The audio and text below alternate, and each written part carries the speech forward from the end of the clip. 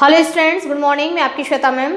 बच्चों, यदि आपको मेरे वीडियोस के द्वारा स्टडी करना है तो आप YouTube पर जाकर के आप टाइप करिए केमिस्ट्री बाय श्वेता मैम, तो मेरे वीडियोस ओपन हो जाएंगे जिसमें मैंने क्लास 12th के केमिस्ट्री में आईपीएससी, वैलेंसी और इस तरीके के केमिस्ट्री में चैप्टर्स पढ़ा रखे हैं। फिजिक्स के भी हमारे क्लास 10th के चैप्टर्स आपको मिल जाएंगे। बायोलॉजी में भी आपको बहुत सारे चैप्टर्स मिल जाएंगे। क्लास 7th, क्लास 8th के भी वीडियोस आपको मिल जाएंगे। तो आपको यदि पहुंचना है मेरे चैनल पर तो आपको टाइप करना पड़ेगा यूट्यूब पर केमिस्ट्री बाय श्वेता मैम। बच्चों, अभी हम क्या पढ़ रहे हैं? हम बायोलॉजी क्लास 10th का बायोलॉजी पढ़ रहे हैं जिसमें हमारा चैप्टर चल रहा है जेनेटिक्स। जेनेटिक्स में मैं आपको पहले भी 1-2 वीडियो इसमें बना चुकी हूँ। आज का जो इसमें हमारे 2 वीडियो हो चुके हैं जेनेटिक्स चैप्टर के।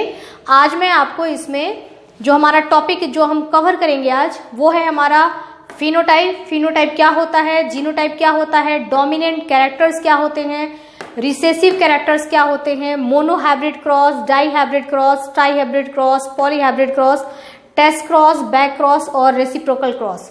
इतने टॉपिक पर आज हम स्टडी करेंगे। ओके बच्चों, तो चलिए स्टार्ट करते हैं। देखिए, सबसे पहले हमारा टॉपिक है फिनोटाइप। ठीक है, फिनोटाइप किसको कहते हैं? आप मैंने एक यहाँ पे ये चार्ट बनाया है, ये ग्राफ तैयार किया है, इसको आप एक बार देखिए।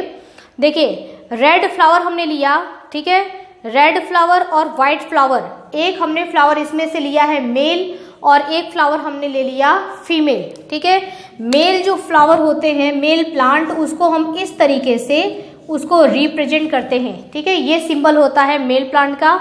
और फीमेल प्लांट जो है, 1 मिनट में जरा बोर्ड ऐसे कर लूं।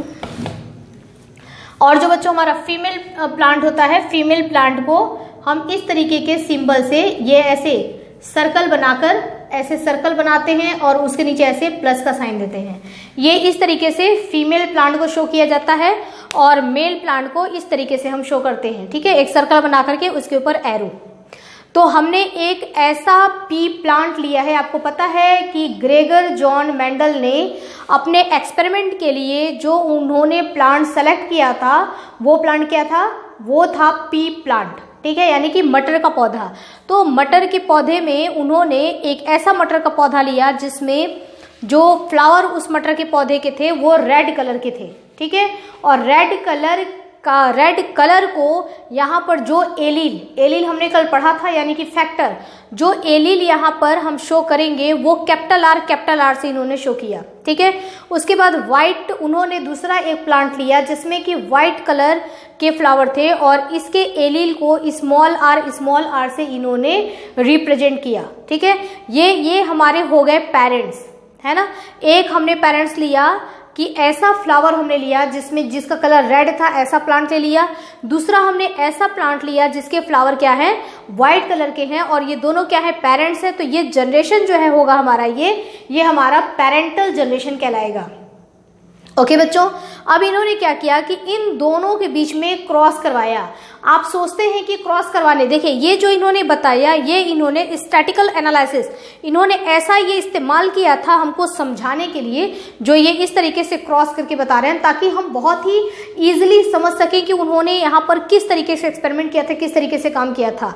समझाने का ये बहुत ईजी तरीका है। लेकिन इन्होंने ये जनरेशन जो प्राप्त किया, जो पहला जनरेशन उन्होंने बनाया, दोनों के फर्टिलाइजेशन करवा करके, और जो ये इस तरीके के जो प्लांट प्राप्त किए, वो अलग मेथड अलग होता है। जब हम प्रैक्टिकल में करते हैं तो वो अलग होता है। इस फ्लावर से मतलब हमको पॉलिन ग्रेन्स लेकर के उसके स्टिग्मा पर डालना, ठीक है, फर्टिलाइजेशन करवाना, जायगोट तैयार करना, कुछ इस तरीके के प्रोसेस से यहाँ पे हमको ये फर्स्ट जनरेशन मिलेगा। ठीक है, लेकिन यहाँ हम केवल एक स्टैटिकल एनालिसिस, इस तरीके से हम केवल एक ग्राफ के द्वारा समझेंगे कि तो फिर क्या हुआ जब उन्होंने रेड कलर का फ्लावर लिया, व्हाइट कलर का फ्लावर लिया, और दोनों के बीच में जब उन्होंने क्रॉस करवाया, यानी कि इन पेरेंट्स से जब उन्होंने फर्स्ट जनरेशन के ऑफस्प्रिंग प्राप्त किए। ठीक है ना, ऑफस्प्रिंग का मतलब होता है फर्स्ट जनरेशन के, मतलब समझ लीजिए चाइल्ड, है ना, और इन प्लांट्स से उत्पन्न होने वाले प्लांट्स।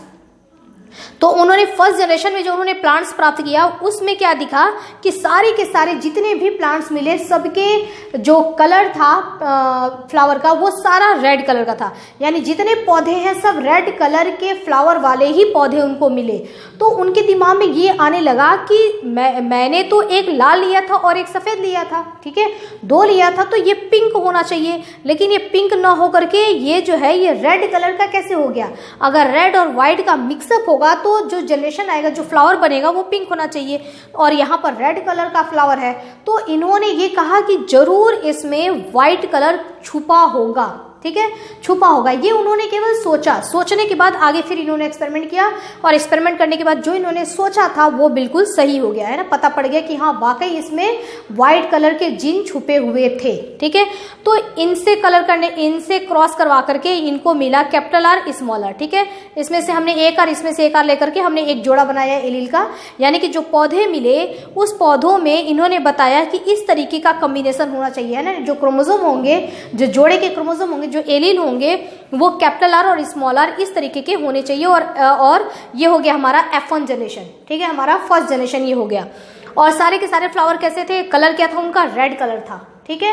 तो इन्होंने बताया कि जो रेड कलर है वो कलर डोमिनेंट है ना। डोमिनेंट कलर का मतलब होता है, डोमिनेंट कैरेक्टर है ये, यानी कि ये इसके ऊपर प्रभावी है ना। यानी कि जब तक ये कलर है, अगर रेड और व्हाइट दोनों साथ साथ हैं तो हमेशा रेड वाला ऊपर रहेगा, अपना इफेक्ट हमेशा रेड वाला दिखाएगा, व्हाइट वाला क्या हो जाएगा, छुपा रह जाएगा, ठीक है, व्हाइट वाला छुपा रह जाएगा, हमेशा रेड कलर अपना इफेक्ट दिखाएगा। तो जो अपना इफेक्ट दिखाते हैं, मतलब इनके प्रेजेंस में ये अपना इफेक्ट नहीं दिखा सकते, ये अगर है तो ये यहाँ पे छुपे रहेंगे। तो जो अपना इफेक्ट दिखाते हैं, जो कैरेक्टर, जो जिन इसमें अपना इफेक्ट दिखा रहा है उसको हम बोलेंगे डोमिनेंट, ठीक है। इसमें ये है डोमिनेंट कैरेक्टर। देखिए इसमें डोमिनेंट कैरेक्टर क्या था, रेड कलर। रेड कलर जो था वो डोमिनेंट कैरेक्टर था क्योंकि वो प्रदर्शित हुआ, ठीक है। और इसमें छुपा कौन रह गया, इसमें छुपा रह गया व्हाइट कलर। व्हाइट कलर के, रेड के प्रेजेंस में व्हाइट ने अपना कोई भी कैरेक्टर शो नहीं किया, सिर्फ रेड ही सामने आया, सारे के सारे फ्लावर रेड ही थे, ठीक है। तो व्हाइट जो है वो छुपा रह गया, इसको हम बोलेंगे रिसेसिव कैरेक्टर। जो छुपा रह जाता है डोमिनेंट कैरेक्टर के सामने वो रिसेसिव कहलाता है। तो ये हमारा 2 टर्म इसमें हो गया, डोमिनेंट कैरेक्टर और रिसेसिव कैरेक्टर। ओके बच्चों, अब जैसा कि मैंने बताया कि इनके माइंड में ये था कि जो मैंने अगर यहाँ पर रेड और व्हाइट लिया है तो जरूर व्हाइट वाला इसके अंदर होना चाहिए, वो छुपा रह गया, वो सामने नहीं आया, तो क्यों ना उसको सामने लाया जाए, सामने लाया जाए। इसके लिए इन्होंने क्या किया कि इसी का, है ना, इसी फ्लावर को लेकर के इनके बीच में क्रॉस करवा दिया, ठीक है। यानी कि capital R small R, capital R small R, ठीक है ना, इन्हीं फ्लावर के बीच में क्रॉस करवाया गया। जब इन दोनों के बीच में इन्होंने क्रॉस करवाया, यानी कि अब ये पेरेंट है, ठीक है, ये पेरेंट है और ये क्या है बच्चों, ये ऑफस्प्रिंग है ना। तो ये इनको पेरेंट बना करके और इनके प्लांट से जब क्रॉस कराया गया तो हमको क्या मिला, हमको इस तरीके के प्लांट्स प्राप्त हुए, ठीक है। अब जो ये हमको प्राप्त हुआ इसको हम क्या बोलेंगे, ये तो हमारा F1 जनरेशन था, ठीक है ना, पहली पीढ़ी थी। ये अब कौन सी पीढ़ी आ गई, ये दूसरी पीढ़ी आ गई, तो इसको हम बोलेंगे F2 जनरेशन। अब F2 जनरेशन में आप देखिए ये कैपिटल आर, ठीक है, ये क्या है हमारा रेड कलर डोमिनेंट था, तो ये तो पौधा हमको इसमें जो भी फ्लावर्स होंगे वो रेड कलर के होंगे। Capital R small R, capital R small R आपको इस तरीके के दिख रहे हैं, यानी कि ये भी क्या होंगे, ये भी रेड कलर के ही होंगे। अब जो इनका जो था ऐसा इनके मन में चल रहा था कि व्हाइट जरूर छुपा होगा, वो चीज सामने आ गया।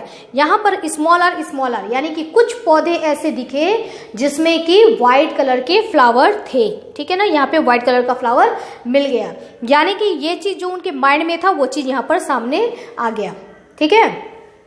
तो अब देखिए ये यहाँ पर अपना प्रदर्शन कर रहा है ना। अब ये व्हाइट कलर का फ्लावर देगा, क्यों, क्योंकि इस यहाँ पर कैपिटल आर नहीं है। कैपिटल आर यदि होता, यदि रेड कलर यहाँ होता तो फिर इसको छुपा रहना पड़ता, ये रिसेसिव हो जाता और ये डोमिनेंट हो जाता, ठीक है। तो ये इनको सेकेंड जनरेशन यहाँ इस तरीके से मिला, ठीक है। तो हमने यहाँ पर ये दो देखिए डोमिनेंट कैरेक्टर और रिसेसिव कैरेक्टर, ये हमने समझ लिया। अब हम देखेंगे फिनोटाइप और जीनोटाइप। अब देखिए फिनोटाइप का मतलब क्या होता है, अगर आप इनको बाहर से देखते हैं, है ना, तो बाहर से देखने पर ये आपको किस तरीके के दिखाई देंगे। ये कैसा दिखाई देगा, रेड। ये कैसा दिखाई देगा, रेड। ये कैसा दिखाई देगा, रेड। और ये कैसा दिखाई देगा, व्हाइट। यानी कि जब हमने बाहर से देखा, केवल प्लांट को इस तरीके से हम बाहर से देख रहे हैं, सपोज करें कि जिनसे हमको कोई मतलब नहीं है ना, जो इन्होंने प्राप्त किया ग्रेगर जॉन मेंडल ने, अगर किसी और को दिखाएं कि देखिए हमने इतने सारे ये प्लांट्स उगाए हैं, तो उनको इसमें फ्लावर कैसे दिखाई देंगे, बाहर से देख करके केवल रेड दिखाई देंगे। ठीक है। तो अगर हम बाहर से कोई कैरेक्टर देखते हैं, केवल एक्सटर्नल जो हम कैरेक्टर अपीयरेंस जो देख रहे हैं, उसको हम बोलते हैं फिनोटाइप। फिनोटाइप का मतलब आपने बाहर से देख करके जो भी उसके बारे में बताया वो फिनोटाइप। तो तीनों के तीनों सेम रेड थे, कोई अंतर नहीं था। लेकिन जब हम इसके जीन को देखते हैं, है ना, अकॉर्डिंग टू मेंडल के अकॉर्डिंग जब हम इसके जीन को देखते हैं, तो ये देखिए ये हमारा कैपिटल आर है, और ये क्या है, कैपिटल आर और स्मॉल आर है, यानी कि ये हाइब्रिड है ना। हाइब्रिड का मतलब क्या होता है वो आगे मैं बताऊंगी। ये क्या है, हाइब्रिड है। ठीक है। इसमें व्हाइट भी छुपा हुआ है, इसमें भी व्हाइट छुपा हुआ है। देखने से तो ये रेड ही दिख रहा है, लेकिन अगर जिन देखते हैं तो जिन इनके और इनके क्या है, अलग अलग हैं। तो अगर हम इनको देखें, है ना, तो जिन अगर हम देखते हैं, जिन का स्ट्रक्चर देख रहे हैं, जिन के बारे में समझ रहे हैं, तो उसको हम बोलेंगे जीनोटाइप। ठीक है। अगर बाहर से देखते हैं तो उसको बोलेंगे फिनोटाइप, और जिन को हम देख करके बताते हैं तो वो होता है जीनोटाइप। तो उस हिसाब से आप देखेंगे तो इसमें रेशियो, अगर हम फिनोटाइप रेशियो की बात करें तो ये भी रेड, ये भी रेड, ये भी रेड, क्या हो जाएगा, ये 3 है ना, 3:1। ठीक है, 3:1 आएगा। यानी कि जितने भी हम पौधे लगाएंगे, 3:1 का मतलब बच्चे ये सोचते हैं कि 3 पौधे ये है और 1 पौधा ये। 3 और 1 पौधा नहीं है बच्चों, यहाँ पर क्या है कि बहुत सारे प्लांट्स लगाए गए हैं, और उन प्लांट्स में से इतने रेशियो में रेड ही आए, और इतने, है ना, 1 रेशियो का मतलब उन्होंने बहुत सारे पौधे लिए होंगे। हो सकता है उसमें से जितने भी 100 पौधे लिए तो 100 में से 1, है ना, 1 रेशियो ये आया, और बाकी जो है ये है। ठीक है। तो इतने रेशियो में उनको पौधे ये प्राप्त हुए। तो जीनोटाइप जब देखिए, तो जीनोटाइप ये क्या है, अगर हम इसका फिनोटाइप रेशियो देखते हैं तो आता है 1 2 3, 3:1। जीनोटाइप रेशियो देखेंगे तो ये अलग है, 1 रेशियो, फिर ये दोनों एक जैसे हैं, 1:2:1 आता है ना।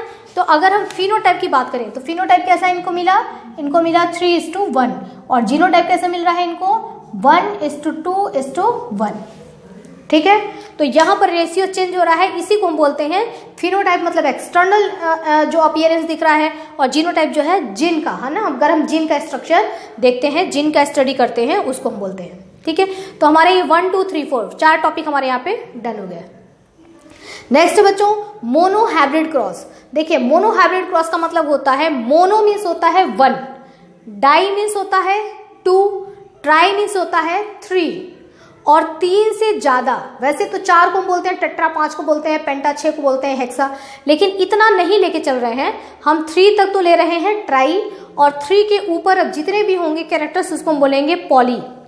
ठीक है, ये पॉली कहलाएंगे। तो देखिए यहाँ पर मोनो हाइब्रिड क्रॉस, यानी कि ऐसा क्रॉस कराओ जो कि मोनो हाइब्रिड क्रॉस हो। मोनो का मतलब होता है एक कैरेक्टर को लेकर के यदि हम उनके बीच में क्रॉस करवा करके और जनरेशन प्राप्त कर रहे हैं, उनके ऑफस्प्रिंग प्राप्त कर रहे हैं, तो उसको हम बोलेंगे मोनो हाइब्रिड क्रॉस। अगर एक कैरेक्टर को लिया गया, जैसे यहाँ देखिए आप, यहाँ रेड एक कैरेक्टर, व्हाइट एक कैरेक्टर, ठीक है ना, एक कैरेक्टर के बीच में क्रॉस कराया जाएगा तो उसको हम बोलेंगे मोनो हाइब्रिड क्रॉस। उसी तरीके से अगर 2 कैरेक्टर हमने ले लिए, ठीक है ना, 2 कैरेक्टर कैसा, जैसे मान लीजिए कि हमने ले लिया कि यहाँ पर कि एक, मैं यहाँ पे एग्जांपल दे रही हूँ, जैसे कि हमने ले लिया कि एक सीड है, ये बीज है जो कि राउंड है, राउंड को हमने ले लिया कैपिटल आर, और इसका कलर येलो है, हमने कैपिटल वाई। दूसरा हमने सीड ले लिया जो कि व्रिंकल्ड है, उसको हमने ले लिया स्मॉल आर, और इसका जो कलर है वो ग्रीन है, उसको हमने ले लिया स्मॉल वाई। तो यहाँ हमने 2 कैरेक्टर लिए हैं ना। एक क्या कैरेक्टर है हमारा कि सीड का शेप कैसा है और सीड का कलर कैसा है, तो शेप और कलर, है ना, राउंड येलो 2 कैरेक्टर, यहाँ पर व्रिंकल्ड ग्रीन 2 कैरेक्टर।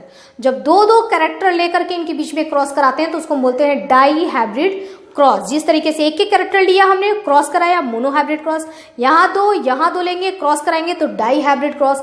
यहाँ हमने 3 कैरेक्टर ले लिए, इधर भी हमने 3 कैरेक्टर ले लिए और उनके बीच में हमने क्रॉस करवा करके ऑफस्प्रिंग प्राप्त किया, इसको हम बोलेंगे ट्राई हाइब्रिड क्रॉस। और 3 से ज्यादा यदि हम कैरेक्टर लेते हैं, जैसे इधर हमने 4 कैरेक्टर, इधर 4 कैरेक्टर ले लिए, या इधर हमने 5 कैरेक्टर ले लिए, इधर 5 कैरेक्टर ले लिए, उनके बीच में जब हम क्रॉस कराते हैं तो उसको हम बोलते हैं पॉलीहाइब्रिड क्रॉस। ओके बच्चों, तो हमारा ये टर्म 5, 6, 7, 8 ये क्लियर हो गया। नेक्स्ट हम आते हैं 9, 10 और 11। देखिए बच्चों, 9 टेस्ट क्रॉस कह रहा है। What is test cross? Test cross क्या होता है? देखिए, टेस्ट क्रॉस का मतलब होता है कि आपने ये पेरेंट्स लिए हैं, ठीक है ना, ये हमारा पेरेंटल जनरेशन है, यानी कि ये पेरेंट है, ये इनके ऑफस्प्रिंग है, ठीक है, इनका फर्स्ट जनरेशन है, इनके ये चाइल्ड है। अब हमने जो हमको फर्स्ट जनरेशन में यहाँ पर जो हमको ये ऑफस्प्रिंग मिला है, इसका क्रॉस यदि हम पीछे जा करके और इसका क्रॉस यदि हम इनके साथ करवाते हैं, ठीक है, इनके साथ ही, है ना, ये क्या है, रिसेसिव कैरेक्टर है। यदि हम पीछे जाकर के रिसेसिव कैरेक्टर से क्रॉस कराते हैं तो इसको इस तरीके के क्रॉस को बोला जाता है टेस्ट क्रॉस। ओके, मतलब क्रॉस करवाने में क्या होगा, यानी कि यहां हमारा एक तरफ तो हमारा होगा ये, ठीक है, और दूसरी तरफ हमने ले लिया ये, क्योंकि इसका क्रॉस हम रिसेसिव कैरेक्टर से, पेरेंट्स में भी जो रिसेसिव कैरेक्टर था जो छुपा रह गया उससे हमने क्रॉस कराया। इन दोनों का जब हम क्रॉस कराते हैं तो इसको हम बोलेंगे टेस्ट क्रॉस। ओके बच्चों, बैक क्रॉस क्या होता है? बैक क्रॉस का मतलब होता है कि जो हमारा F1 जनरेशन में जो हमको ऑफस्प्रिंग मिला है, इसका क्रॉस आप चाहे डोमिनेंट से कराइए चाहे रिसेसिव से कराइए, है ना, दोनों से ही अगर हम क्रॉस कराते हैं। बैक क्रॉस का मतलब होता है कि आपको बैक में जाना है, ठीक है, तो आप बैक में गए, बैक में जाएंगे तो आपको डोमिनेंट में मिलेगा और रिसेसिव भी मिलेगा, तो हम दोनों इनसे भी क्रॉस करवा सकते हैं, इनसे भी क्रॉस करवा सकते हैं, इसको हम बोलते हैं बैक क्रॉस। ठीक है, ये हो गया हमारा बैक क्रॉस, लेकिन केवल रिसेसिव से क्रॉस कराएंगे तो उसको हम बोलते हैं टेस्ट क्रॉस। एक बार बच्चों मैं आपको यहाँ पर रीड करके बता देती हूँ। देखिए, phenotype external appearance and functional trait of a living organism produced due to the interaction of gene, है ना, यानी कि जो हमको एक्सटर्नल दिखाई दे रहा है उसको हम कहेंगे फिनोटाइप। जीनोटाइप में कह रहा है genetic constitution of any living organism, है ना, जेनेटिक कॉन्स्टिट्यूशन यानी कि उनके जीन को अगर हम देखते हैं तो उसको हम बोलते हैं genotype. Dominant character the allele which always express itself in F1 generation, जो भी कैरेक्टर अपने आप को F1 जनरेशन में एक्सप्रेस करते हैं वो डोमिनेंट कहलाते हैं। Recessive the allele which fail to express itself in the presence of its, है ना, डोमिनेंट मतलब presence of its constructing dominant, dominant के प्रेजेंस में जो अपने कैरेक्टर को अपने आप को एक्सप्रेस नहीं कर पाते हैं वो कहलाएंगे रिसेसिव। उसके बाद monohybrid cross, it is a cross made to study the inheritance of a single pair of allele. Single pair of allele हम अगर लेकर के क्रॉस कराते हैं, या एलील कहें या उसको हम कहेंगे फैक्टर, ठीक है, एलील और फैक्टर, तो उसको बोला जाएगा मोनोहाइब्रिड क्रॉस। डाईहाइब्रिड क्रॉस में होता है it is a cross made to study the inheritance of a 2 pair of factor. अगर हम यहाँ पर जो है पेयर में अगर ले लेते हैं, हम दो अगर कैरेक्टर ले लेते हैं तो इसको हम बोलेंगे डाईहाइब्रिड क्रॉस। ट्राई में दिया है 3 पेयर ऑफ एलील्स, पॉली में दिया है the cross in which the inheritance of various pairs of alleles. हम बहुत सारे 3 से अधिक कैरेक्टर लेकर के उनके बीच में क्रॉस कराते हैं तो उसको पॉलीहाइब्रिड क्रॉस कहते हैं। Test cross the cross in which F1 generation is crossed with a recessive homozygous parent. Recessive homozygous parent से जब हम क्रॉस कराते हैं उसको हम बोलते हैं टेस्ट क्रॉस। बैक क्रॉस में आते हैं the cross in which the F1 generation is crossed with one of it parents is called back cross. ये इसमें कह रहा है कि ये जो है केवल पेरेंट जनरेशन से हम क्रॉस कराएंगे। पेरेंट जनरेशन कुछ भी हो सकता है कि वो डोमिनेंट हो या रिसेसिव, ये हमारा कहलाएगा बैक क्रॉस। ठीक है, अब बच्चों रेसिप्रोकल क्रॉस, उसके बाद है पेरेंटल जनरेशन क्या होता है, F1 generation, F2 generation, monohybrid ratio, dihybrid ratio, ये थोड़े पॉइंट कुछ रह गए हैं जो कि मैं आपको कल बताऊंगी। ठीक है बच्चों, अब देखिए यहाँ पर जो मैंने यहाँ एक एग्जाम्पल, आप सोचेंगे ये मैंने क्या बनाया है, जो मैंने यहाँ पर एग्जाम्पल फ्लावर लिया है उसी तरीके से सेम यहाँ पर मैंने लिया है प्लांट का, मतलब हाइट लिया गया है कि टॉल प्लांट है तो कैपिटल टी हम लेंगे, और अगर ड्वार्फ प्लांट है तो स्मॉल टी लेंगे। जिस तरीके से यहाँ पर रेड और ये इसमें डोमिनेंट कैरेक्टर हमारा ये है, ठीक है।